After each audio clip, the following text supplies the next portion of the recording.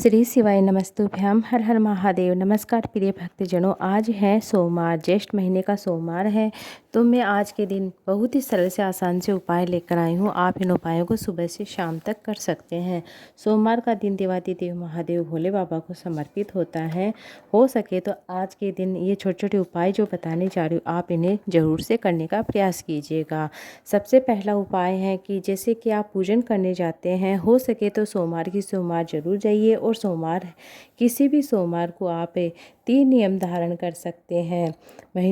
महीने में एक बार जरूर करें। आपको क्या करना है, बेलपत्र सुबह के समय आपको शिवालय में जाना है, पूजन करना है, 1 लोटा जल चढ़ाना है। अगर आप कुछ भी नहीं कर सकते तो 1 लोटा जल चढ़ाकर अपने घर को आ जाइए। दोपहर के समय आपको क्या करना, 1 चावल का दाना लेकर आपको बेलपत्र वृक्ष की परिक्रमा करनी है। 7, 11, 21, 108 जितनी भी हो सके अपनी कामना करते हुए कर सकते हो। आप 108 परिक्रमा करना चाहते हो तो कर सकते हो, नहीं तो 7 परिक्रमा भी कर सकते हो बेलपत्र वृक्ष के नीचे दोपहर के समय। शाम के समय आपको शिवालय में या बेलपत्र वृक्ष के नीचे आप अपने मतलब आसपास कोई भी शिवालय है तो उसमें जाकर एक दीपक शाम के समय जरूर लगाइए। यह आपको एक नियम, एक सोमवार को आपको जरूर करके देखना है। आपकी जो भी कामना अवश्य पूर्ण होगी, जो भी समस्या वह अवश्य दूर होगी। अब मैं अगला दूसरा उपाय बताने जा रही हूँ। आप शाम के समय कर सकते हैं। आपको क्या करना है, किसी भी सोमवार के दिन कर सकते हैं।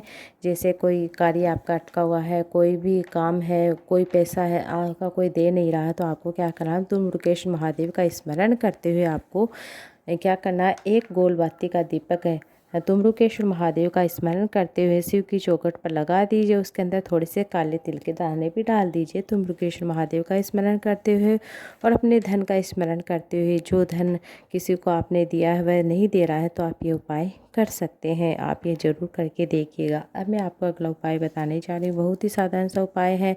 जैसा कि पति पत्नी के बीच में झगड़ा होता है, झगड़ा समाप्ति नहीं होता है, बात अदालत तक चली गई है, तो आपको क्या करना है, तो आपको जैसे कि मन में एक तरफ से कोई चाहता है कि हमारा कोई झगड़ा है वह नहीं हो, तो आपको क्या करना है, दोतली के नाम से आपको 2 बेलपत्र, 2 कनेर के फूल और आपको क्या लेना है, आपको लेना है 2 दुर्बा, 2 बेलपत्र, 2 कनेर के फूल, जो पीले वाले कनेर के फूल है, ये तीनों चीज़ें और 1 लोटा जल आपको शिवालय में चले जाना है। दूधली के नाम से आपको 1 लोटा जल चढ़ा देना है और आपको क्या करना, 2 बार चढ़ा देना है। और आपको क्या करना है, 2 बेलपत्र, 2 कनेर के फूल और 2 दुर्बा आपको शिवलिंग के ऊपर चढ़ा देना है। इनके डंडे का मुख, जो दुर्बा है, बेलपत्र है, इनके डंडे का मुख आपको जलाधार की ओर करना है। और आपको उत्तर दिशा की ओर मुँह करके बैठना था। दक्षिण दिशा में बैठना, उत्तर दिशा की ओर मुँह हो जाता है। इस तरह से आपको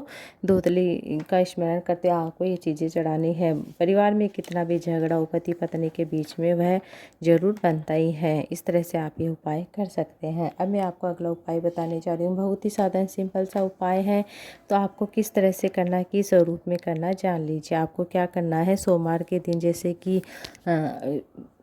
पार्थिव शिवलिंग का निर्माण करके पूजन करने से भी हमें अनंत गुना फल प्राप्त होता है। तो आपको क्या करना है, अपने घर के गमले में मिट्टी को थोड़ा सा ऊपर उठाकर आप पार्थिव शिवलिंग का निर्माण करके आप पूजन जरूर करें। जिस कामना के लिए आप कर रहे हैं वह कामना आपके अवश्य पूर्ण होगी, इसमें निश्चितता है। बहुत ही सादा सिंपल सा उपाय है। मैं बहुत ही सिंपल उपाय लेकर आती हूँ, आप इन्हें जरूर करके देखिए। आपको क्या करना है, सोमवार का दिन आपको 5 चावल के दाने लेने हैं, जो पूर्ण स्थिति में होने चाहिए, पूर्ण कंडीशन में होने चाहिए। 5 चावल के दाने आपको एक एक करके शिवलिंग के ऊपर, जैसे सबसे पहले आपको गणेश जी के स्थान पर चढ़ाना है, थोड़ा सा जल चढ़ा दीजिए। फिर आपको माता सुख सुंदरी के स्थान पर चढ़ाना, फिर जल चढ़ा दीजिए। फिर कार्तिक के स्थान पर चढ़ाना, फिर थोड़ा जल चढ़ा दिए। फिर जो गोल कटी भाग होता है वहाँ पर चढ़ाना, जिसे हम माता पार्वती के हस्तकमल कहते हैं, वहाँ चढ़ाना है। थोड़ा सा जल चढ़ा दिए, फिर शिवलिंग पर चढ़ाना है, फिर जल चढ़ा दिए। इस तरह से आपको चढ़ाना है। और जो भी कामना है, अपने मन की कामना करते हो, सारे कामना से संबंधित उपाय हैं। और अपने रोग के लिए भी आप एक बेलपत्र साथ में चढ़ा सकते हैं और कुंदकेश्वर महादेव का स्मरण करते चढ़ा दीजिए और वह बेलपत्र आपको प्राप्त करके खा लेना है।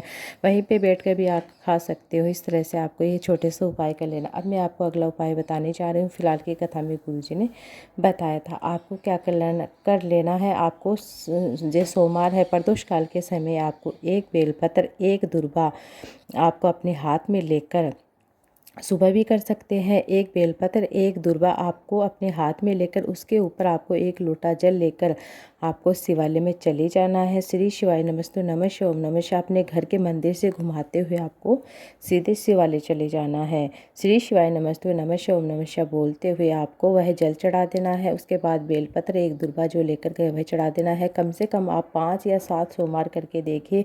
जिस कामना के लिए, जिस भाव के लिए, जिस मनोकामना के लिए आप कर रहे हैं वह कामना आपकी जरूर पूर्ण होगी। चाहे किसी भी तरह का कार्य अटका हो, किसी भी विषम परिस्थिति हो, आपकी वह कामना जरूर पूर्ण होगी। उस कार्य में आपको जरूर सफलता मिलेगी। आप ये उपाय जरूर करके देखिएगा। बहुत ही साधारण सिंपल सा उपाय है।